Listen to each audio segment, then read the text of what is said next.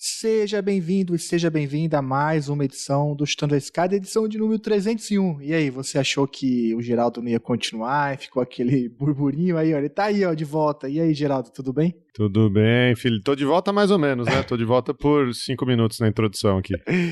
É isso aí. Hoje a gente vai conversar com o professor Marcos Cordeiro Pires. Ele é professor lá da Universidade do Estado de São Paulo, a Unesp, e também professor do Programa de Pós-Graduação em Relações Internacionais Santiago Dantas.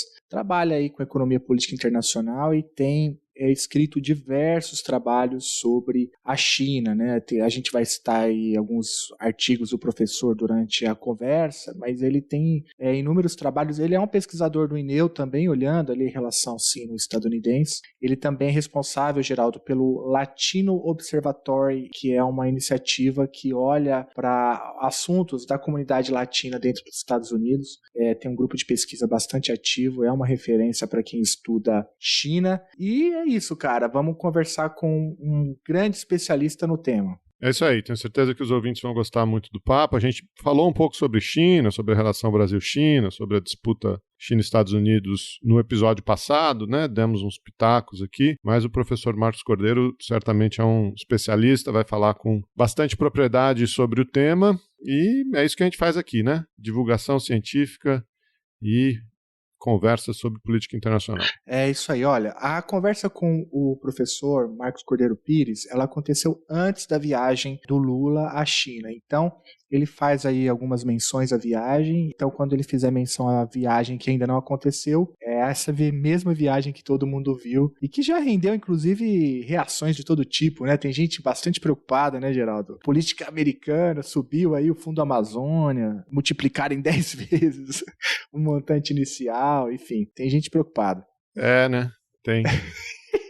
Geraldo, e como que faz para apoiar esse podcast aqui, cara? Se você quiser, se você gosta do Chutando a Escada, se você quiser apoiar a continuidade desse projeto, você pode entrar lá em chutandoaescada.com.br/apoio ou diretamente em uma das nossas 3 campanhas de financiamento coletivo, no PicPay, no Patreon e no Catarse, sempre como Chutando a Escada. Ou você pode mandar um Pix para apoio@chutandoaescada.com.br. Se você fizer isso, escreve pra gente. Escreve pra gente poder divulgar seu nome aqui, divulgar seu apoio e agradecer esse grupo maravilhoso de apoiadores que nós temos. É isso aí, apoia o Chutando a Escada. E vamos pro papo, Geraldo? Vamos lá, vamos falar com o professor Marcos Cordeiro Pires. A escada é uma construção que serve para fazer um deslocamento vertical. Nem sempre é assim, mas tem um jeito de facilitar tudo isso. Elevador? Não.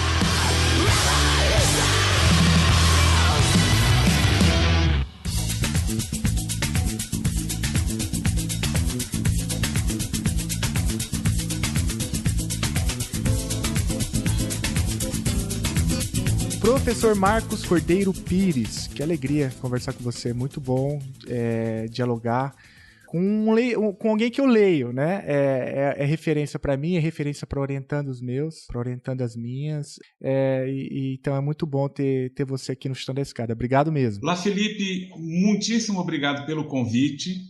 Assim como você, eu sou estudioso na temática da China, nas temáticas de relações internacionais. Aproveito também para mandar um abração para todos os ouvintes do Chutando a Escada, né, e também para os parceiros da produção. Né? Uma honra muito grande estar aqui, né, poder compartilhar algumas ideias minhas com o pessoal que ouve o podcast. Excelente. Professor, a tua trajetória aí na academia começa na história, né? Depois o teu mestrado é em História Econômica, o doutorado em História Econômica pela USP, e depois tem toda uma carreira aí no que a gente chama da grande área, né, de Economia Política Internacional. É professor atualmente da Unesp, professor do Programa de Pós-Graduação em Relações Internacionais Santiago Dantas, também tem uma longa carreira, muitos artigos publicados dentro dessa chave da economia política internacional.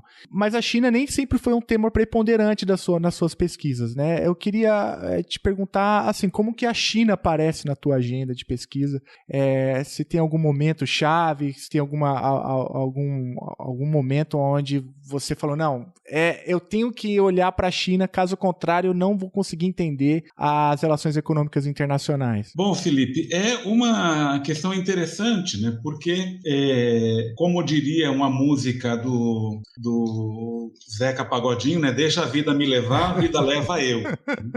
E a gente que é trabalhador, né? Então a gente vai se moldando às próprias circunstâncias. Então, por exemplo, eu fiz, né, uma pesquisa sobre a Petrobras, né, a criação da Petrobras no mestrado, ou como que a Petrobras, né, ajudou a liberar divisas para impulsionar a própria industrialização substitutiva.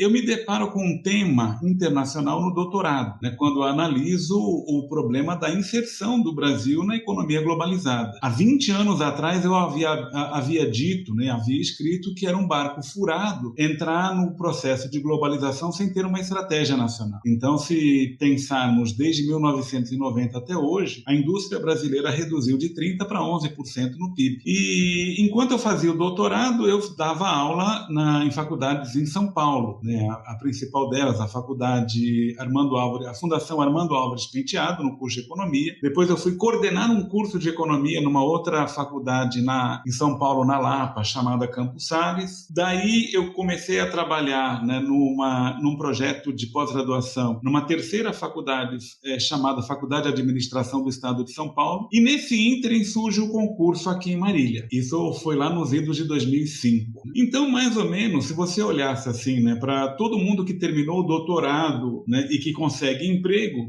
na área privada, ele é mais ou menos um dador de aula. Né? E porque a quantidade de aula que a gente ministra vai determinar o tamanho da renda que a gente tem. Mas, de qualquer forma, eu troquei, né? Eu brinco que eu sou um marajá português, né? Eu troquei 3 empregos por 3 salários por 1 emprego e meio salário, né? Já que eu vim para Marília à época que era justamente para ganhar metade do que eu ganhava. Mas a grande questão era de apostar, estar numa universidade pública e ter a oportunidade de tirar a poeira do diploma de doutor. Então, naquele momento, quando você entra numa universidade pública, você tem que apresentar um projeto de pesquisa.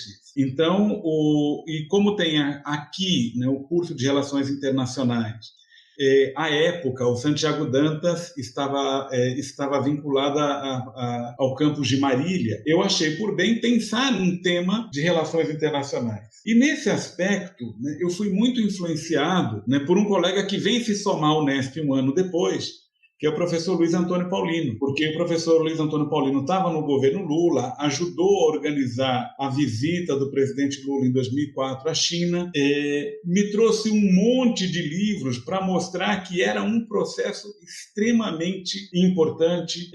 Me recordo de um livro desses que eu juntei para fazer meu projeto de pesquisa, do Oded Shenkar, né, que ele começava dizendo o seguinte, isso lá em 2003, é a data, o livro, né, que falava assim, a ascensão da China não é igual à ascensão do Japão, não é ascensão igual aos tigres asiáticos. A ascensão da China se parece muito mais com a própria ascensão dos Estados Unidos no final do século XIX.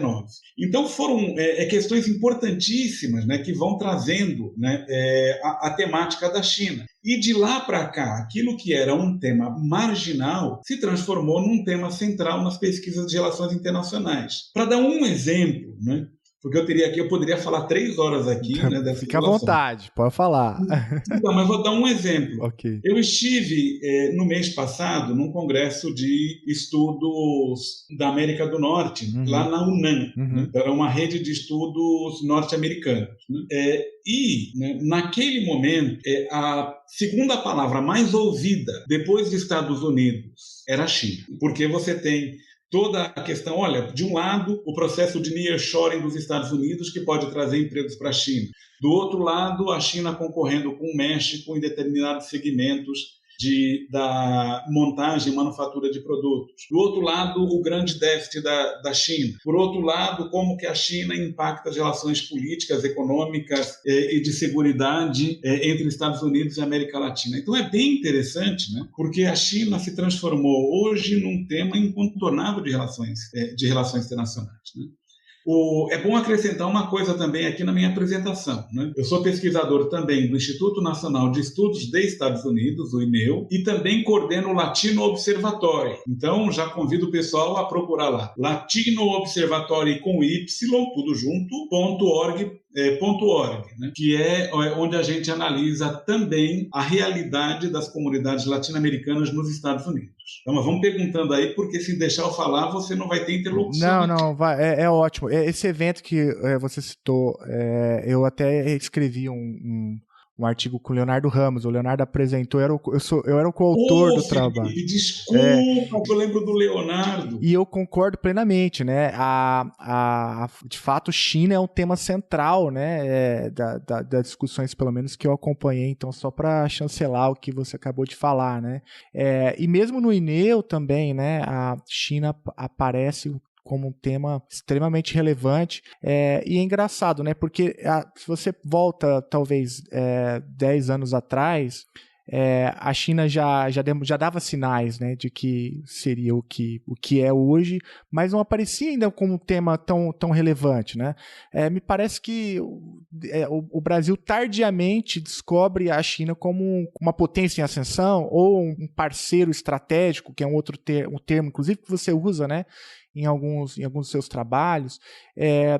A China, então, ela passa a maior parte do tempo desapercebida, né, virada do século. Eu não sei o que aconteceu, né? Na discussão da diplomacia estadunidense, que é o que eu acompanho mais, você tem um primeiro apagão que foi motivado em grande medida pelo ataque às Torres Gêmeas, e aí você tem um realinhamento da política externa estadunidense que passa a olhar para o eixo do mal, combate ao terrorismo, e a China desaparece nesse nevoeiro, né? E depois ela aparece novamente lá no governo Obama, já num outro patamar, numa outra situação. Então, eu não sei se eu estou falando uma grande bobagem, você pode me dizer, Felipe, uma grande bobagem, mas a China, ela cresce meio que nas sombras, né? Não desperta tanta atenção de atores políticos ou até mesmo da academia, e de repente quando todo mundo se depara com a China, ela já é o que é, né? Eu tenho um pouco essa impressão, eu não sei se é uma impressão de um leigo, né, que não acompanha a fundo, mas e aí o efeito que isso gera em boa parte dos analistas é quase que de um susto, né? Olha, como que a gente não conseguiu antecipar isso, né? Como que essa ascensão ela se deu tão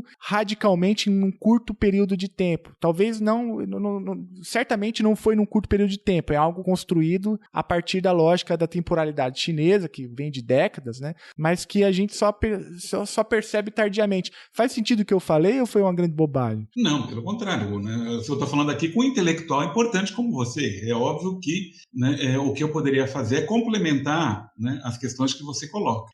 São muitos pontos, eu gostaria de chamar a atenção para 2 pontos. Né? O primeiro, você começa falando sobre a questão da diplomacia brasileira, do Brasil não se dar conta, né, da importância do parceiro. E isso me faz recordar uma entrevista do Celso Amorim ao jornal Estado de São Paulo em dezembro de 2010, né, quando já havia anunciado que o Celso Amorim não seria mais o ministro de Relações Exteriores.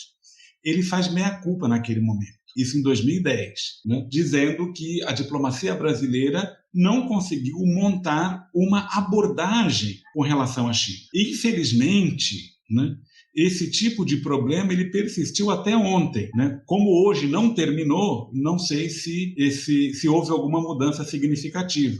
Porque nós não temos uma capacidade de pensamento estratégico. Acho que isso é uma característica da nossa sociedade e que acaba se refletindo na própria política. Então, esse é um ponto, né, que a gente deveria chamar a atenção. Porque tudo na China, né, até falava recentemente, acho que numa entrevista para a TV Cultura, que tudo na China é treinado, tudo na China é testado, tudo é coreografado antes. Então, quando se fala do Brasil, eles conhecem muito bem o Brasil, eles têm uma quantidade, mais de 50 cursos de português, né? Eles mandam estudantes para cá para aprender, né? Ou seja, né, eles conseguem criar, né, uma abordagem específica, e não só com relação ao Brasil, mas também com relação à América Latina, de tal forma que eles escrevem os white papers. Então, em 2008, eles escreveram, né, o primeiro white paper explicando para a América Latina qual a diretriz da nossa política para vocês. E eles reorganizam em 2016, né, essa política, né, num primeiro momento chamando a atenção para a potencialidade ou para a necessidade de abastecimento ou de segurança alimentar, mineral e energética, e em 2016 eles já propõem, além disso, eles propõem uma parceria para alavancar o setor industrial. Então, esses white papers, eles dão a diretriz, né, do que se pode esperar de uma política de longo prazo. E do nosso lado, a gente não tem esse tipo de preocupação até hoje, né? Nós temos ótimos diplomatas, né, mas os diplomatas executam as políticas dos governos. Então é muito difícil imaginar que um diplomata ele possa desenvolver uma determinada política que não esteja ajustada com as diretrizes do governo. É como nós observamos recentemente, né, o perrengue, esse é o termo, perrengue, que o Itamaraty passou com o Ernesto Araújo como ministro de Relações Exteriores.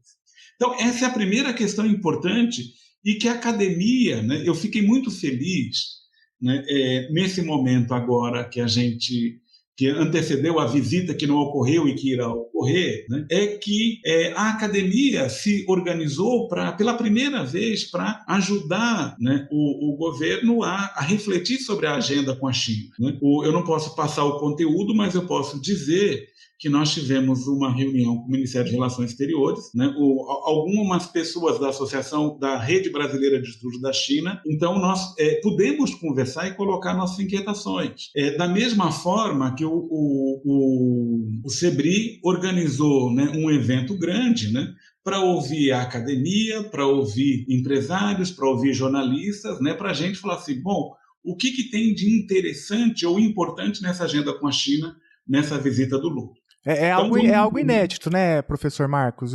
É algo inédito, né? Inédito. Pelo que eu sei, sim, é algo inédito, né?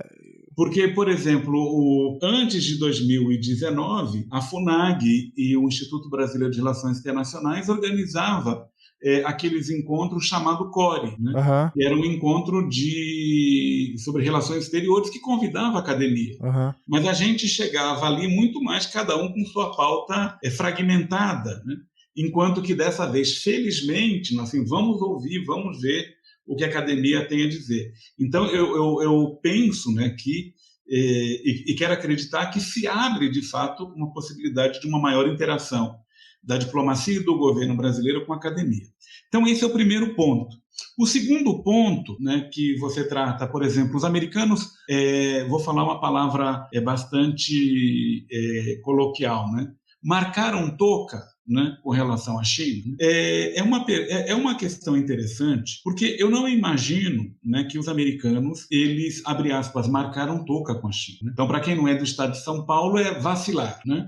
Então, o que aconteceu? Os americanos, eles desenharam uma globalização, eles desenharam um modelo de comércio internacional que, em princípio, né, parecia muito sensato, né, do ponto de vista dele e de outros países desenvolvidos, que era mais ou menos assim, olha, a parte cara do projeto, né, da produção industrial, que é a parte de desenvolvimento e pesquisa, que é a parte de marketing, que é a parte de marca, a finança, a comercialização, fica com o país desenvolvido. E a produção lega para um país em desenvolvimento. Por exemplo, a China, a Índia, Bangladesh, Vietnã, Brasil, que seja. Então, era mais ou menos assim a organização dessa divisão internacional do trabalho, conhecida como globalização, né, que redistribuía a atividade no mundo, concentrando o que tem mais valor, né, nos países desenvolvidos, que são os detentores ou os países sede das grandes empresas internacionais, das grandes multinacionais. O que acontece, né, até mesmo na própria criação da transferência de tecnologia. Quando os americanos, né, e outras empresas ocidentais e japonesas concordaram, por exemplo, em transferir ciência e tecnologia para a China, né, há 20, 30 anos atrás, eles contavam com o seguinte aspecto. Bom, a Alcatel quer entrar no mercado chinês. Não tem problema. Então, a Alcatel vai ser sócia aqui das empresas de telecomunicação da China, né? Ou a Volvo vai fabricar ônibus em sociedade com a China. Ou que seja A, B, C ou D. Então, os americanos entraram, né, transferindo tecnologia com uma perspectiva estática e não dialética da história. Né? Por que a perspectiva estática? Bom, nós estamos compartilhando com a China esse modelo X de tecnologia. Por quê? Porque no nosso laboratório de pesquisa e desenvolvimento tem o modelo XY, ou modelo X-alfa, ou X-beta. Então, mesmo que o chinês pudesse incorporar a nossa tecnologia, nós estaríamos sempre 1 ou 2 passos à frente deles. Então, eles não contavam com essa possibilidade de que a China desenvolvesse o seu próprio setor de pesquisa e desenvolvimento, né? Laboratórios nacionais de pesquisa, apoios do governo às que empresas estatais e empresas privadas pudessem incorporar, fazer engenharia reversa e criar os seus próprios processos de maneira competitiva, de tal forma a fazer frente com as empresas multinacionais. Quando isso ocorre, né, eu acho que a grande virada desse processo vai ser depois da crise de 2008, né? Porque da crise de 2008, enquanto a Europa fica patinando por pelo menos 4 anos, né, e a economia norte-americana ela entra naquela situação de pré-colapso, né, que se não fosse uma intervenção estatal muito forte, diversas empresas americanas quebravam, né, até ali a China parecia ser, bom, eles têm tecnologia de segunda mão e a gente tem tecnologia de primeira mão. Então a China ela sai primeiro, né, mesmo tendo uma enorme dependência do mercado internacional, organiza um fabuloso projeto de investimento em infraestrutura que foi anunciado em novembro de 2008. Esse pacotaço de investimentos, né, ele vai permitir sair do zero a quantidade de linhas de alta velocidade para chegar a aproximadamente 25 mil em 2014. É muito impressionante. Vai organizar, né? É impressionante, vai organizar uma série de construções, habitações, outro modelo de urbanização, né? Investimentos pesados em construção e tal. E aí a China ela consegue sair inteira da crise financeira. Quando surge a crise na China, vai ser em 2013, quando a China já está, como que eu posso dizer? A China já está enfrentando um excesso de produção, né, decorrente daquele pacote. Então, em dezembro de 2013, a China apresentou... Olha o número aqui, o pessoal que está ouvindo, eu vou falar assim, bastante com ênfase. Né? A China apresentava, em dezembro de 2013, 1 bilhão de metros quadrados construídos sem compradores. Nossa, é muito impressionante. É muito impressionante. E daí a China ela vai começar a ter a projeção internacional no mesmo instante que ela tem, né, enormes reservas financeiras e começa o projeto Belt and Road, né, que se imaginava em 2013 que era só uma discursada, né, como é, por exemplo, o Build Better Back World, né, o 3BW, né, que foi anunciado há quase 2 anos atrás e ninguém sabe, ninguém viu. Ao passo que a iniciativa Belt and Road é uma iniciativa, né, que ela é palpável, né, ela pode ser vista. Né. Para os nossos ouvintes, né, vale muito a pena entrar no YouTube e olhar um vídeo, né, diversos vídeos, né, sobre a ferrovia que liga Mombasa, no Índico, lá no Quênia, até o Planalto, em Nairobi. É uma ferrovia de quase 500 quilômetros, né, que foi construída em prazo recorde. Né? Então, dá para ver ali, né, uma coisa palpável da iniciativa Belt and Road. Então, a China não só começa a ter suas marcas, uma enorme produtividade, né? E aí ela também avança, depois de 2015, né? Com aqueles projetos chamados Made in China 2025, né? Que é um projeto de incentivo à inovação em setores chaves da manufatura, e também o projeto Internet Plus, que vai estimular, né, a digitalização da sociedade. Aí a China, aí se coloca no outro patamar. E os Estados Unidos nessa situação? Pelo menos até 2013, ocorriam cúpulas entre Estados Unidos e China para falar sobre a América Latina. Então você tinha lá o diálogo de alto nível, China e Estados Unidos, e o subdiálogo China, Estados Unidos, sobre a América Latina. Então tem um ex-embaixador, inclusive foi ex-embaixador no Brasil, Thomas Shannon, em 2005, né, participou de um desses eventos, era mais ou menos que dissesse assim para os americanos, olha, não se preocupe, né? A China está se envolvendo na América Latina porque ela precisa de comida e de matéria-prima para fazer os produtos para o programatinho dela.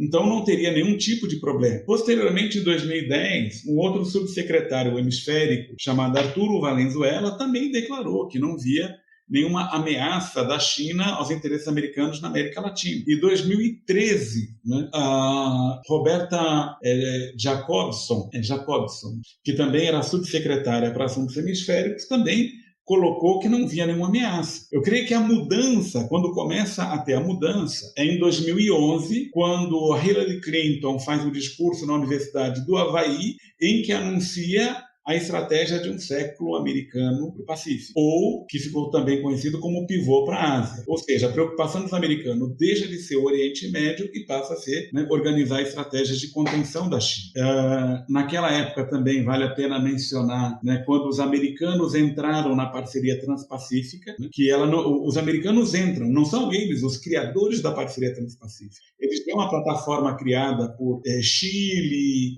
Vietnã, Malásia, e eles entram nessa plataforma e aí dão um conteúdo importante, estratégico, de novo com um viés anti-China. E seria essa a lógica da plataforma da parceria transpacífica. Ela foi muito bombardeada internamente nos Estados Unidos, que até os próprios democratas, já na convenção que escolheu a Hillary Clinton em 2016, né, já estava com um cartezinho Stop TPP. E quando chega o Donald Trump, ele não apenas acaba com o TPP, mas ele organiza toda uma estratégia abrangente por todos os lados para conter a China,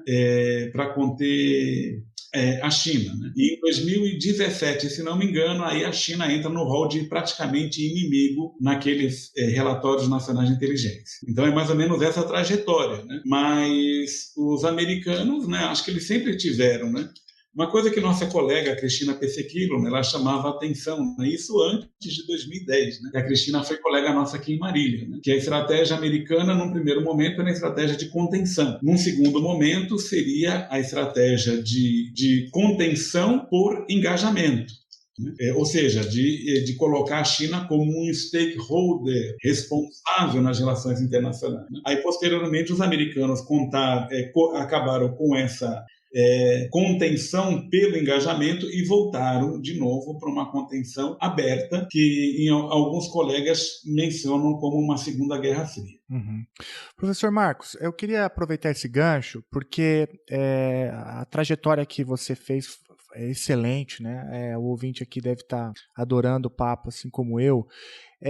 Mas eu acho que tem uma questão aí que eu gostaria de provocá-lo, que é o seguinte: desde o início da tua fala, quando inicia essa trajetória, a primeira fase é aquela que você até cita, né, dessa globalização desenhada pelos Estados Unidos, que incluía a China, mas uma categoria inferior no que diz respeito à tecnologia, à propriedade intelectual. Então relegava a China uma característica secundária, mas ainda assim muito importante para dinamizar todo esse motor que a gente está chamando aqui de globalização à la Estados Unidos. Né? Logo depois, quando vai se ganhando corpo o projeto chinês, que envolve esses números impressionantes, envolve, por exemplo, também números impressionantes no número de patentes, né, de propriedades intelectuais que vão sendo... Até há uma inversão, né, na WIPO, quando a China ultrapassa os Estados Unidos em número de patentes. Né? Quando isso tudo vai se consolidando, está acontecendo isso. A gente até faz o senhor fez até a menção a Pessequilo, dessa estratégia de contenção pelo engajamento, né? Ainda assim, uma tentativa, né, de trazer a China. Eu acho que a própria, talvez, adesão da China à OMC pode ser entendida um pouco com essa estratégia, né, de você trazer a China para dentro das instituições econômicas internacionais para tentar moldar o modelo chinês, aquela coisa toda que envolvia, por exemplo, a caracterizar a China de uma economia de mercado, sim ou não, todo esse debate. Aí a gente tem uma outra fase, uma terceira fase nessa tua fala, nessa trajetória que você acabou de estabelecer, que é a fase do Donald Trump, que é uma fase da contenção clássica, né? Que acabou desaguando na guerra comercial, que foi extremamente agressiva e tal. Não teve um impacto na balança comercial que se esperava, e aí é um ponto também para o debate. Mas a pergunta que eu queria fazer é o seguinte: Será que esse engajamento ou aquela estratégia, né, de incorporar a China dentro desse projeto de globalização permite uma contenção clássica por parte da diplomacia americana? Eu pergunto isso porque, em alguns dados, dependendo dos dados que você olha, me parece que há uma relação muito umbilical entre a economia estadunidense e a economia chinesa, de modo que não faz muito sentido para alguns setores da economia dos Estados Unidos uma rivalidade muito grande com a China. Isso ficou claro na guerra comercial, né? Porque o Trump desenvolve a guerra comercial, cria essa narrativa, vai com tudo, aumenta barreiras no sentido de conter o déficit comercial dos Estados Unidos com a China, só que o resultado, primeiro, não se converte numa melhora da balança comercial e segundo, em determinado momento, a gente começa a perceber nos Estados Unidos grupos da economia americana solicitando o fim da guerra porque isso estava prejudicando suas cadeias produtivas ou seus mercados consumidores, né? Então, a provocação que eu queria fazer é o seguinte, me parece que essa rivalidade sino-estadunidense ela tem uma especificidade que outras rivalidades de grandes potências talvez não tiveram, que era justamente essa relação umbilical, produtiva, comercial, entre duas economias gigantes como a dos Estados Unidos e da China. Então, a pergunta é essa, há possibilidade de uma estratégia de contenção clássica que implicaria, entre outras coisas, numa cisão, né, das relações econômicas entre os dois países? Ou de fato esse efeito que eu tentei descrever, ele existe, né? Essa relação umbilical entre as duas economias, o que colocaria a atenção sino-estadunidense em uma outra lógica que a gente precisaria aprender e classificar melhor. De novo, eu estou conversando com um intelectual, que de fato faz uma articulação extremamente importante, né? Eu gostaria de voltar um pouquinho, só para, inclusive, até para dar umas dicas, né, para os nossos ouvintes, né? Quando você fala da questão dos números do desenvolvimento científico-tecnológico, eu gostaria de indicar para os nossos ouvintes o livro do economista chileno chamado Osvaldo Rosales. O livro do Osvaldo Rosales se chama El Sueño Chino, que está disponível no site da CEPAL para baixar gratuitamente, né? É muito interessante. O Osvaldo Rosales foi economista-chefe da CEPAL. É um quadro muito preparado. Então, o livro é uma contribuição para quem está chegando agora para compreender a China. Uma outra questão que você colocou, né? Por exemplo, qual a ilusão que os americanos tinham em colocar a China na economia mundial, colocar na OMC? A elite, né, ocidental, a elite liberal, ela é muito afeta à chamada teoria da modernização. Essa teoria da modernização, ela pressupõe de que o desenvolvimento econômico, a criação de empresas privadas, o desenvolvimento de uma camada média, obrigatoriamente, isso aí na lógica, né, desses teóricos, como, por exemplo, o próprio Samuel Huntington, né, diz que, né, essa criação de uma sociedade civil, né, de uma classe média, leva necessariamente à instituição de governos liberais.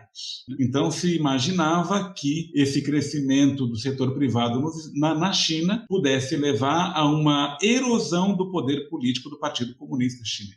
Então essa era a ilusão, né? O que não entra na teoria da modernização é justamente qual que é o papel de um Estado organizado, né, a partir das premissas do marxismo-leninismo e como que esse Estado pode organizar, né, a sociedade, pode organizar a economia no sentido de ter inovação econômica, no sentido de aumentar a renda, aumentar a extensão da classe média, o tamanho da classe média, e ainda assim reforçar o poder político do Partido Comunista. Essa variável não estava, né, na equação dos ocidentais. Eles imaginavam que, tal como ocorreu em tese, né, na Coreia do Sul, por exemplo, ou em Taiwan, né, esse crescimento econômico poderia erodir o poder do Partido Comunista Chinês, né? E o Partido Comunista Chinês mostra assim, olha, né, A nossa sociedade ela é inovadora, né? Ela está, né, disputando, né, setores importantes, né, da economia mundial, da ciência mundial. Essa sociedade está colocando sonda na Lua onde nenhum outro país colocou, e essa sociedade ela mantém, né, a integridade política, a estabilidade social, né, apesar desse monte de contradições. Então, essa é uma questão bem importante que saiu da equação, né, e que saiu da equação dos ocidentais e que faz com que a China se torne, né, a ameaça tal como eles pintam hoje. E aí vem, né, uma outra questão interessante, que os americanos estão tentando segurar o gato pelo rabo quando eles iniciam não apenas a guerra comercial, mas a guerra tecnológica, sim, visando um item, né, que é muito fundamental para a economia moderna, que são os semicondutores. Então, eles começaram isso ainda no governo Trump, vetando a venda de semicondutores ou controlando a venda de semicondutores para a empresa de 5G chamada ZTE. Né? Posteriormente, estenderam isso para a empresa Huawei, né? Já que a China ela tem essa liderança, né, nas tecnologias de internet de quinta geração. E ali, né, e esse tipo de situação, né, que visa atrasar o ritmo do desenvolvimento chinês, envolve não apenas a venda de semicondutores, como também envolve a venda de máquinas para fazer semicondutores, como também, né, mais recentemente, proíbe empresas, cidadãos estadunidenses e estrangeiros que possuem o Green Card de trabalhar com qualquer empresa chinesa no desenvolvimento de semicondutores. Pode parecer assim um discurso de corporação de ofício do século XVII. É verdade. Mas é isso que consta no CHIPS Act, né? E a lei de combate à inflação, que foi divulgada o ano passado. Então, eles estão tentando pegar por esse lado e, por fim, né, já dando a volta toda para responder o que você coloca. E sim, estão tentando fazer a contenção clássica, né, o realismo clássico, no momento em que eles iniciam, né, um processo de desacoplamento da economia norte-americana da economia chinesa, né, que ganhou o nome de três nomes. O primeiro, reshoring, porque a terceirização, a globalização era o offshoring, né? Ou seja, colocar dentro dos Estados Unidos. O segundo nome é o nearshoring, né? Colocar perto dos Estados Unidos, por exemplo, no México, nos países da América Central. Né? E num terceiro momento, né, que seria o nearshoring mais específico, chamado friendshoring, de colocar a produção em países que são aliados dos Estados Unidos ou que já possuem acordos de livre comércio com os Estados Unidos. Então, nesse aspecto econômico, há essa tentativa. E eu concordo perfeitamente contigo que não vai ser fácil fazer isso, né? Porque a gente viu a semana passada, né, um movimento de capitais em direção à China, justamente quando o sistema financeiro americano e europeu estava sofrendo estresse. Aí você fala assim, como, né, que essa questão geopolítica se sobrepõe ao interesse de lucro dos grandes capitalistas. Então, aí você cria, né, um embaraço, né? Mas aí, de novo, né? Então, mas os americanos estão no velho modelo. Criaram o Quad com Índia, Japão e Austrália para conter a China, de um lado no Indo-Pacífico. Por outro lado, com a Austrália e com o Reino Unido, criaram o AUKUS, né? Inclusive vendendo submarinos nucleares para a Austrália, ou tecnologia para a Austrália, né? Também com um objetivo estratégico de conter a China. Ou né, para ver como que vai essa dimensão. A mudança de interpretação, né? O Japão não mudou a Constituição do Japão é a mesma. Mudou-se a interpretação do uso das Forças Armadas japonesas, né? Que eles podem organizar também capacidade de ataque, se esse ataque significar a defesa do território japonês. Então, a gente olha, né, que tem um pacote robusto de contenção. O Chutando a Escada conta com apoio financeiro dos seus ouvintes. Para saber mais, acesse chutandoaescada.com.br/apoio.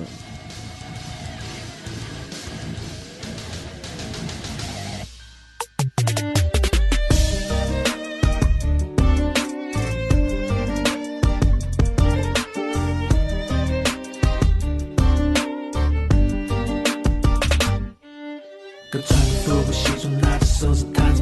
节奏，南北坐在山门里等被水泛起的时光，望不到边界的帝国，有一副巨人的王座，我用金钱传说1920做过的捕捉，变成谁的玛格丽特被我变做了苹果，操心谁的是我还是他原本生活的小丑，拨着烟斗的烟头，脸上的鸽子没有飞走，请你记得他是个花甲，不是什么歌手。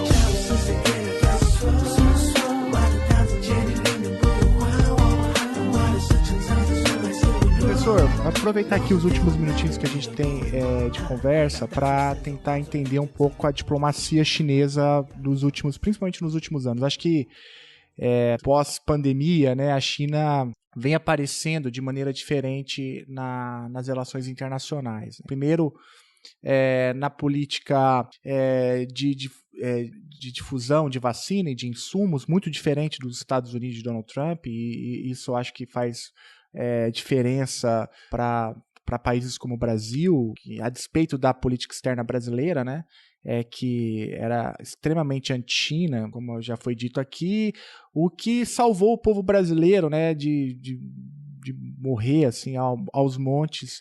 Mas o que aconteceu, né, foi os insumos chineses, né, para as vacinas, quer seja a Coronavac ou até mesmo a AstraZeneca, se não me engano, tinha insumos chineses, enquanto que a vacina americana, principalmente no começo, Estados Unidos, até roubo de carga, né, foram responsáveis. Mas, enfim, de lá para cá, a China vem tendo um papel mais, eu não sei se a palavra correta é essa, mas um papel mais atuante ou agressiva, né, em alguns temas da política internacional. Recentemente a gente viu, por exemplo, a diplomacia chinesa se aproximando de uma leitura mais rígida em relação ao Brasil, principalmente quando o clã Bolsonaro estava no poder, né? Dando recados duros ao Brasil, inclusive com ameaça de retaliação caso o governo de Bolsonaro não revisse alguns das suas acusações, né?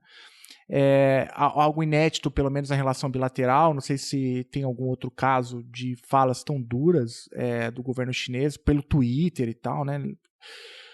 Mas muito mais importante do que isso, a China tem um engajamento relevante na guerra da Ucrânia, né? Sendo um ator que tem colocado seu peso à disposição de uma conversa moderadora. Os Estados Unidos obviamente não enxergam dessa forma, acham que a China está se metendo onde não deve, que a China seria mais um ponto de tensão, mas a diplomacia chinesa vem trabalhando no sentido oposto, né, de tentar ouvir o Putin e tentar desescalar.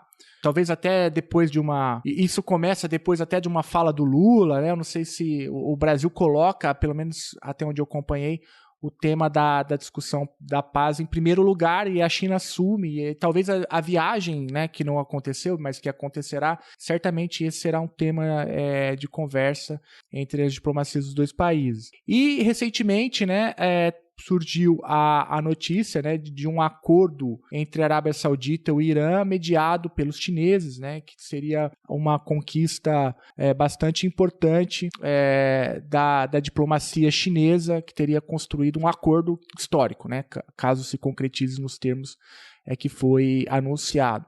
Enfim, professor, há uma disposição chinesa de ter um engajamento mais forte no sistema internacional. Eu nem mencionei, por exemplo, o papel que a China teve, paradoxalmente, na defesa de algumas instituições econômicas internacionais que o Trump não estava disposto a defender, mesmo sendo os Estados Unidos os criadores dessas instituições.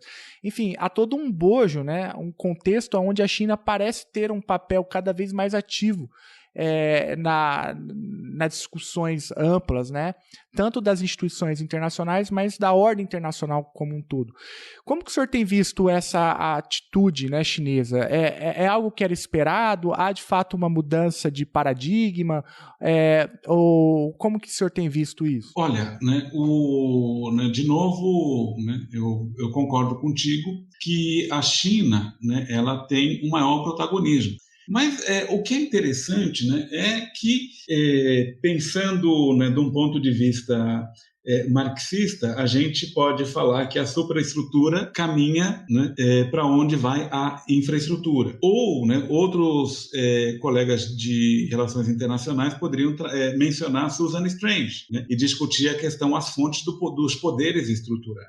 Então seria muito interessante imaginar que a China, ela tem um poder econômico muito grande, ela tem um poder financeiro não comparado com os americanos, mas é muito grande, tem um desenvolvimento tecnológico muito grande e não tivesse uma voz política maior. É aquela coisa, é impossível, né, imaginar que um país que sai de uma renda per capita em 1980 de $200 e hoje ultrapassa a renda per capita do Brasil com mais ou menos $13.000, né, é uma façanha excepcional, né? Lembrando que na época a renda per capita do Brasil era só de $2.000, 10 vezes a renda per capita chinesa. E hoje a renda per capita chinesa é maior que a brasileira. Então esse é um ponto interessante, né, que o crescimento econômico, tecnológico, ele vai se refletir politicamente. Do ponto de vista da China, ela começa a falar de respeito, digamos assim, em 2010, durante o governo do Hu Jintao, quando o Hu Jintao formula o princípio de um novo modelo de relacionamento entre grandes potências. Então ali falava, olha, as grandes potências, elas não têm que ficar restrita a um jogo de soma zero. As grandes potências, elas têm que compreender os seus interesses e organizar um sistema internacional baseado palavra chinesa, no ganho compartilhado. E mais adiante, né, seguindo, né, esse novo modelo de relacionamento proposto pelo Hu Jintao, o Xi Jinping, em 2013, vai falar, né, um futuro compartilhado, né? Ou seja, o futuro compartilhado onde a China também tem algo a dizer no futuro. Então, a gente vai olhar essa mudança nas relações internacionais da China, né? Principalmente desde 2010, né? Quando esse um novo modelo de relações entre grandes potências. E que não era exclusivamente entre Estados Unidos e China, né? Envolvia os polos de poder, China, Rússia, Europa, Estados Unidos, né? Então, esse é um ponto interessante. Outra questão muito interessante diz respeito, né, ao próprio papel da diplomacia chinesa, né, depois que começam, né, efetivamente os insultos, né, com relação à China. Porque até então, né, a diplomacia ela seguia aquele princípio do Deng Xiaoping, né, ocultar o brilho, né, ou seja, esperar o momento, né? Ocultar o brilho e esperar o melhor momento, né? Ou esconder as garras, como outros traduzem a frase de Deng Xiaoping, né? Mas ali ela tinha um perfil baixo porque ela estava crescendo, né? E a China cresceu. E quando se tem, né, uma série de insultos que começam, né, no governo Trump, quando se perde a linha diplomática, né, que ensinou a contraparte do Donald Trump no Brasil a perder a linha, não ter diplomacia, não ter fineza, né? Os chineses passam a devolver na mesma moeda. É aquilo que vão se chamar assim, não, isso aí é o Warrior Wolf, né? É o Warrior Wolf Diplomacy, o diplomata é o lobo guerreiro. E aí sim, né, vai buscar equiparar, né, o mesmo nível de discurso para mais ou menos dizer o seguinte, olha, né, aquele cara fraquinho que você intimidava no recreio da sala de aula, né, ele cresceu e se você quiser tentar a sorte, vamos sair lá pro portão. Pode parecer uma coisa besta, né? Mas de fato é isso, né? Vale a pena, né, voltar rapidinho numa coisinha que você mencionou da própria questão da diplomacia da China durante a pandemia de Covid, né? Para os nossos alunos de relações internacionais, vale também, né, a importância da chamada paradiplomacia das vacinas, que é um conceito assim ou de lidar com a pandemia. Então, no momento em que se chegavam, por exemplo, respiradores vindos da China para o Brasil e que foram confiscados nos Estados Unidos, vai se organizar o consórcio Nordeste, né? O governador de São Paulo, João Dória, né, junto com a China, vai organizar a estratégia da Coronavac, né, e consegue lidar com o problema da pandemia, né, de uma maneira melhor daquela que se nós deixássemos exclusivamente para as táticas do ex-presidente da República. Então, ali você tem uma questão interessante acerca da paradiplomacia. E, por fim, fim, né, essa questão mais geopolítica ou esse movimento euroasiático. O movimento euroasiático ele é muito interessante. Né? Eu vi muita gente, inclusive acho que você também ouviu, né, se você acompanhou a mesa lá no México, um professor mexicano falando de que a Organização de Cooperação de Xangai seria uma outra OTAN. Não tem nada a ver, não tem nada a ver, né? A Organização de Cooperação de Xangai, né, que é um dos embriões desse movimento euroasiático, ele surgiu, né, com o objetivo de enfrentar a insurgência islâmica, né, em toda a Ásia Central e que respingava na China lá em Xinjiang. Né? Ali respingava porque tem uma população muçulmana de origem turca, né, nessa parte da China, que permeia todo o meio, que pega o Cazaquistão, Azerbaijão, Uzbequistão, né? Ou seja, todos os zão do período aí você vai pegar, né, essa influência histórica, né, dos turcos. Então, surge a Organização de Cooperação de Xangai, né, como, por exemplo, surge no momento em que o Putin enfrentava a insurgência islâmica lá na Chechênia, ou no Daguestão, quando, né,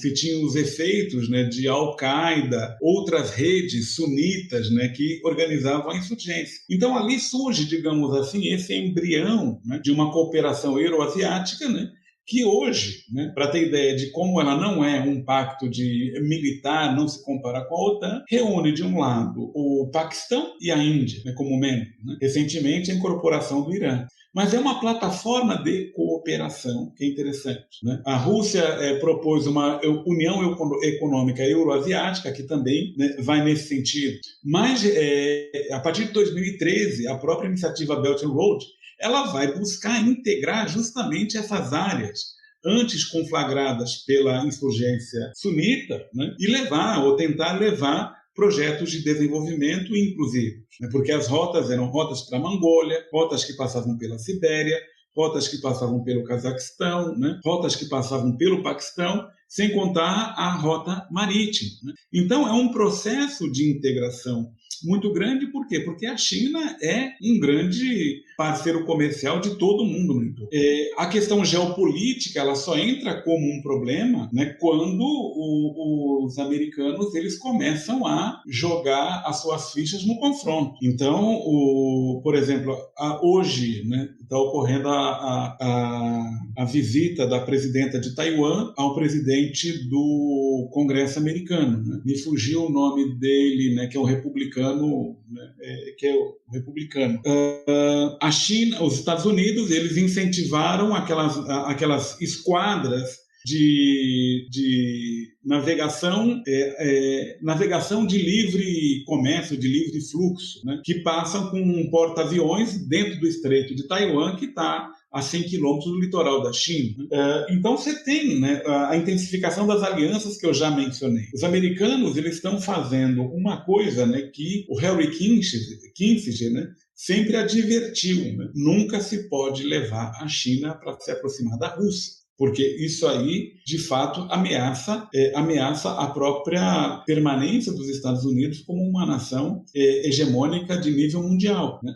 Porque o Henry Kissinger, ele tem muita autoridade para falar disso, porque foi ele que articulou a aliança da China com os Estados Unidos contra a União Soviética, e que acabou tendo o sucesso que teve com o fim da Guerra Fria.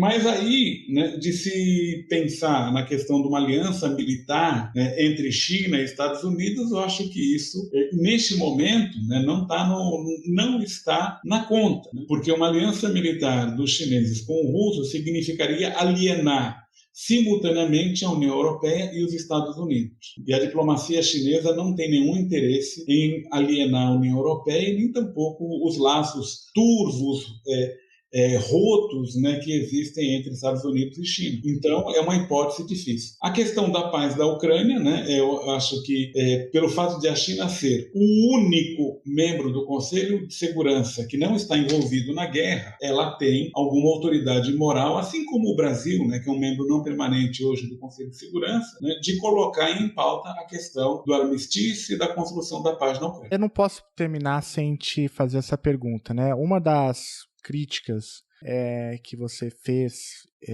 aqui nesse bate-papo, e também tem feito em outros espaços que eu acompanho, é justamente a crítica à ausência de um pensamento estratégico brasileiro, quer seja para compreensão, enfrentamento ou criação de uma política para com a China, né? Que aparentemente isso está sendo revisto, haja vista a iniciativa que você citou, né? Da tentativa do governo de ouvir acadêmicos, empresários e jornalistas. Mas essa é uma falha estrutural, né? A ausência de projetos do Brasil, quer seja para o desenvolvimento econômico, quer seja para a relação bilateral para parceiros estratégicos, como é o caso chinês. Considerando então essa crítica que foi feita, eu te pergunto o seguinte, na tua opinião, quais deveriam ser os pilares, né, de uma política externa brasileira para a China, né?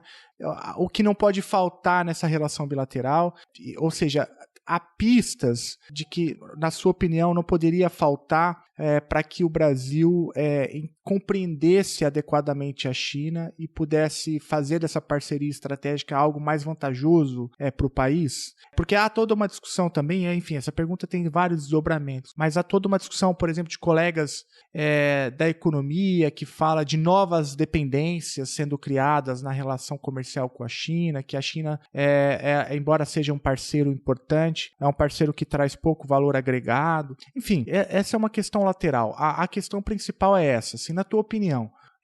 O que precisaria ser feito pelos nossos diplomatas, pelo governo, pela academia, para que a gente compreendesse e ajudasse, né, na construção de um projeto razoável para a China? Olha, eu acho é muito difícil dizer o que deve ter, mas é muito fácil falar o que não pode ter. O que não pode ter é preconceito.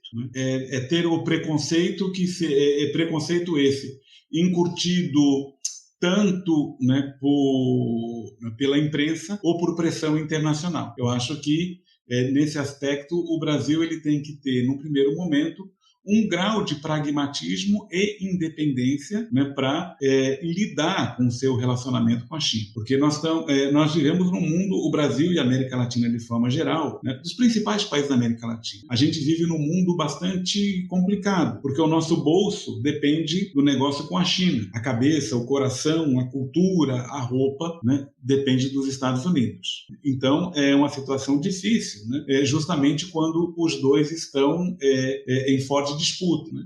Que é bem diferente, por exemplo, do contexto da Guerra Fria, em que a gente praticamente não tinha comércio com os países do Comecon, né? E tampouco com a China. Então, essa é uma primeira questão. A outra questão que eu considero importante é conhecer a própria lógica do funcionamento, né, da burocracia chinesa. Porque, conversando, inclusive, com o professor Luiz Antônio Paulino, né, que é um grande amigo, diretor do Instituto Confúcio, da Unesp, o primeiro Instituto Confúcio, e ele chamava a atenção que, na visita de 2004, foi anunciada a instalação de uma unidade da siderúrgica Baowu Steel em São Luís, no Maranhão. Aí você pergunta assim, existe uma siderúrgica Baowu Steel em São Luís, no Maranhão? Não.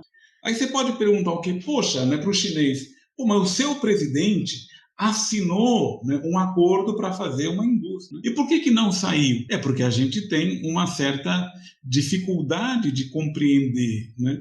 Que eles talvez tenham dificuldade de compreender todas as travas institucionais criadas pelo nosso ordenamento jurídico. O primeiro deles é que um Estado, um município e a União têm o mesmo nível de direito jurídico garantido pela Constituição, e que por mais que o governo federal diga que vai fazer alguma coisa, né, a prefeitura ela pode criar regras ou estipular critérios, né, que vão no sentido oposto daquilo que o governo federal colocou. Então, não é o caso aqui de discutir quais as restrições criadas em São Luís, o fato é que não teve. Então, uma questão interessante compreender, né, a China, né, ela prefere se relacionar, né, diretamente com o governo, e o governo pegar na mão dos seus empresários e organizar o pacote de investimentos, por exemplo. Mas, de novo, a gente tem um grau de dificuldade que nós precisamos superar é que, de novo, o princípio constitucional, né, que é a impessoalidade na gestão pública. Então, teoricamente, se vai ter um projeto para fazer um trem de alta velocidade, uma ferrovia bioceânica, uma nova central nuclear, necessariamente você não tem um parceiro que você vai escolher para levar, né? E aí, quando você não tem um parceiro para levar, a institucionalidade ela vai vai colocando um monte de cascas de banana que impede o avanço de projetos concretos. A outra questão, né, que o Brasil perdeu a oportunidade, né, porque foi criado o CLI Fund, né, ou seja, o Fundo Brasil-China de Investimento, que estava diretamente ligado, né, no CLI, né, China Latin America Investment, né, Fund. 20 bilhões de dólares. O Brasil teria que entrar com 5 bilhões, a China entraria com 15 bilhões. Aí seria interessante perguntar quantos projetos foram aprovados, né, sob a rubrica do CLI Fund, desse Fundo Brasil-China de Investimento. No primeiro momento, deixa eu falar assim, eu estou gesticulando aqui, né? Mas, pessoal, zero, nada foi aprovado debaixo daquele fundo. No primeiro momento, se imaginava qual o tamanho do projeto mínimo, né, que era mais ou menos de 100 milhões de dólares. Depois diminuindo para metade, ainda assim não se conseguiu organizar projetos industriais viáveis que pudessem receber, né, o aporte do investimento. O que falta aí? Falta coordenação do nosso lado, né, para viabilizar esse processo. A outra questão fundamental, o que o Brasil espera da relação com a China? É só vender commodity agrícola e mineral? Né? Ou o Brasil ele espera aproveitar o relacionamento com a China e desenvolver cadeias produtivas conjuntamente? Se o Brasil espera desenvolver cadeias produtivas conjuntamente, tem que falar o seguinte, bom, quais setores? Qual a lei que vai embasar, por exemplo? Né? Grosso modo, eu estou chutando aqui, é tipo brainstorm. Qual é a lei que vai embasar o desenvolvimento de projetos para produção local de painéis solares? Que seja. Né? Ou para o desenvolvimento ou projetos de distribuição de alta eficiência de energia elétrica gerada por unidades isoladas. Ou, né, como que as empresas brasileiras vão entrar na cadeia da BYD, né, que fabrica carros elétricos, promete fazer uma fábrica na Bahia, né, como que as empresas brasileiras vão entrar nessas cadeias. Veja, né, são temas que a sociedade brasileira resolveu há 65 anos atrás, quando se tinha um plano de metas, né? Ou quando se criou aquela GEA, Grupo Executivo da Indústria Automobilística, em que se planejava qual era o papel do Estado, o papel das empresas brasileiras e das multinacionais para implantar uma indústria automobilística no Brasil. O que não dá para esperar é que, pelo livre mercado, né, pelo livre jogo das forças produtivas, que as coisas avancem. Não vão avançar, né? Porque é mais fácil e mais barato e menos trabalhoso, né, retirar um carro desmontado e montar aqui, né, do que produzir peça aqui e empregar mão de obra qualificada no Brasil. Se não tem projeto, o projeto de livre comércio faz com que a gente seja condenado a ter um relacionamento com a China de uma relação já escrita pelo Prebisch há mais de 70 anos, né, uma relação de centro-periferia. Eu acho que isso o povo brasileiro não merece.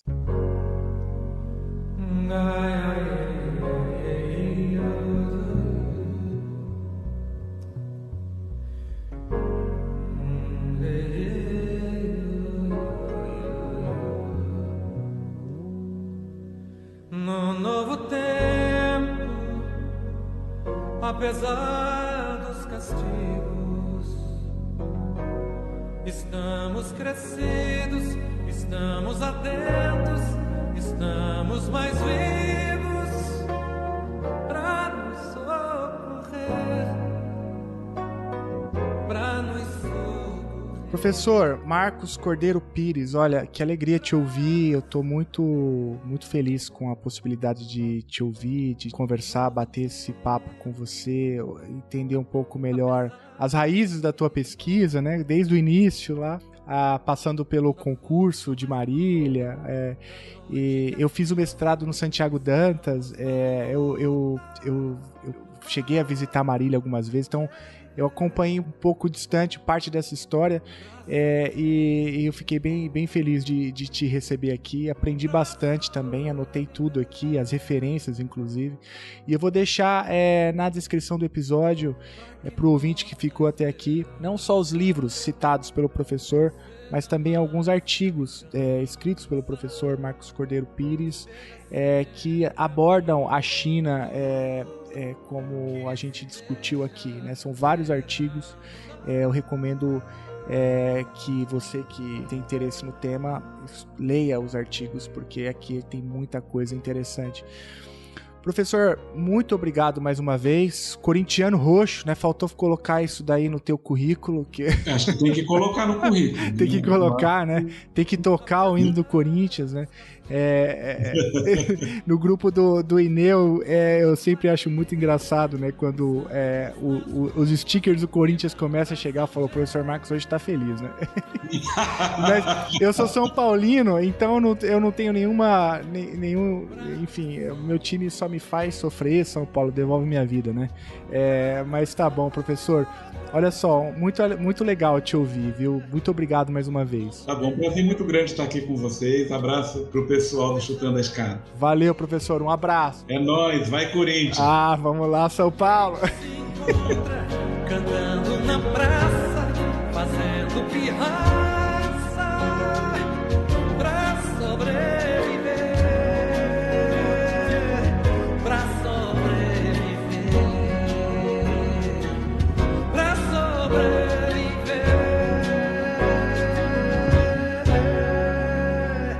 pra que nossa esperança seja mais caminhança, seja sempre o caminho que se deixa de herança.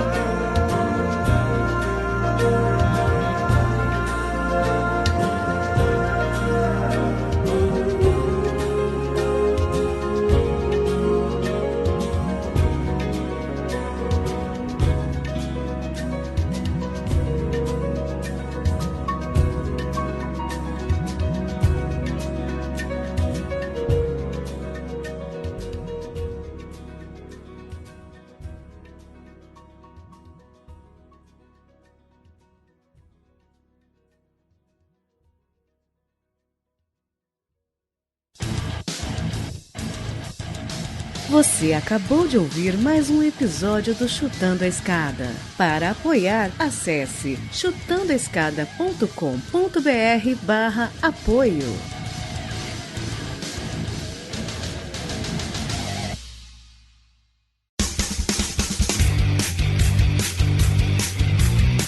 Cortes, edição de podcast.